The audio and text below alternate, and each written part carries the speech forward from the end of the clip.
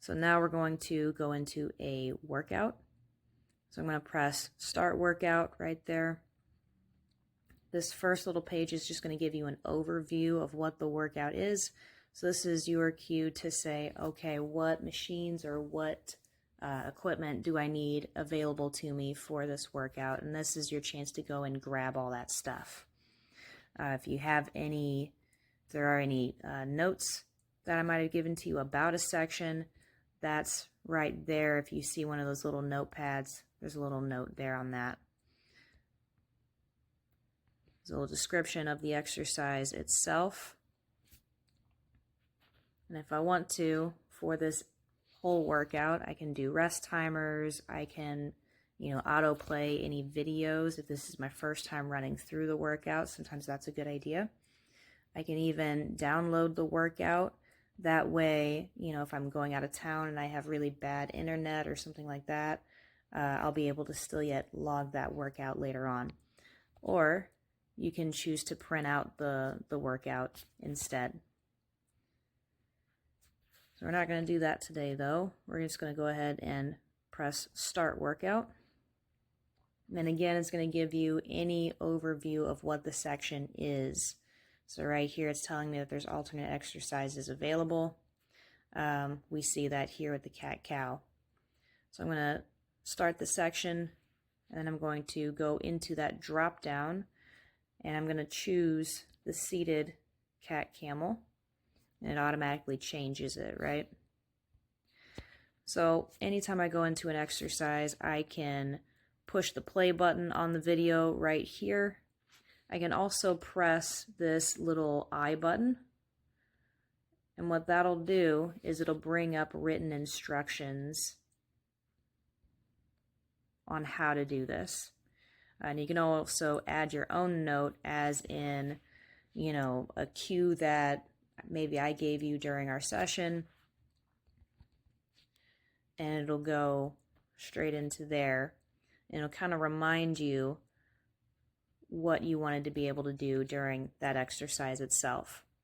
So that's the general overview of the exercise. You can do that with every exercise. Let's say that you had a question on the exercise. You can go to this little comment box here, and you can leave a comment to me specifically for this exercise.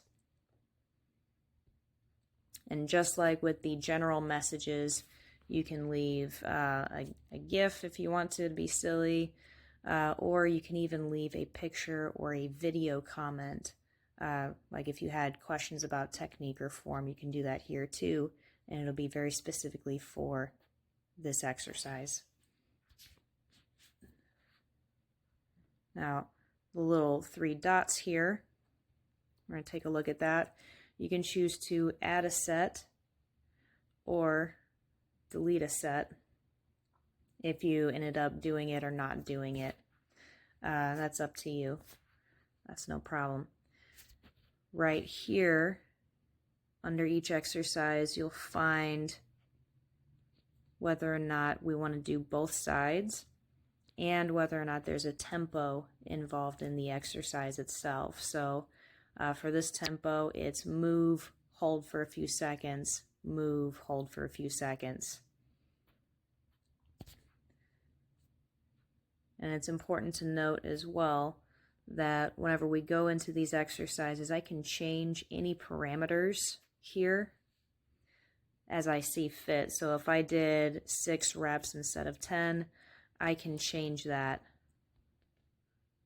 and it'll update just like that. So any parameter that's on there is updatable. So we're going to do a little check mark right there on the cat-cow, and it's going to move us directly to the next exercise automatically. Again, right here, you're going to find that any notes that I give to you or cues for this exercise that I think are important are going to be right there as well. I'll mark that down, and we're going to say that section is done. Now in this section, I have a superset that is programmed in. So I'm going to go ahead and start this section. And it's going to give me an overview of what that superset is. So what this means is that I'm going to do one set of mini band hip flexion, then one set of the inclined Copenhagen plank, and then I'm going to go back and I'm going to do both of those again. So 2 sets both, but we're going to be alternating both exercises both times. So once we get that done, we're going to just say mark all supersets at the bottom, and it's going to bring us straight to the next one. We're going to click done after we do those 2 exercises. Now, since this is an every other day workout exercise, we just did every other day number 1, which means this is our day off for every other day number 2, in which case I'm going to just swipe and skip that section, and then I'm going to swipe to end the workout. And then it tells me I lifted some animal, which is kind of fun.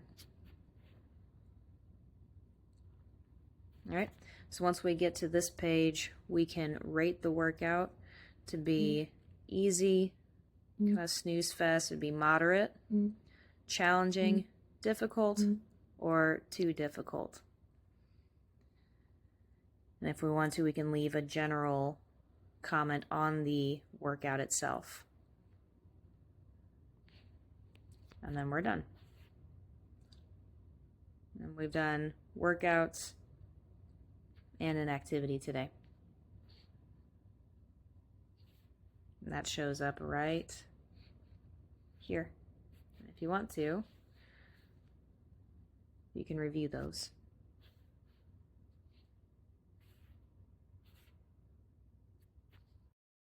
So the next thing we're going to do is figure out how to navigate your workouts. So if we have a really, really busy day, what we can do is we can go to the coaching tab, especially if, we have some variability or some wiggle room that we can use in our training regimen that we've already talked about. You have the ability to go into your training week right through here. And then this button right here, that box, if you tap on that one, you then have the ability to change what day you do workouts up to a point.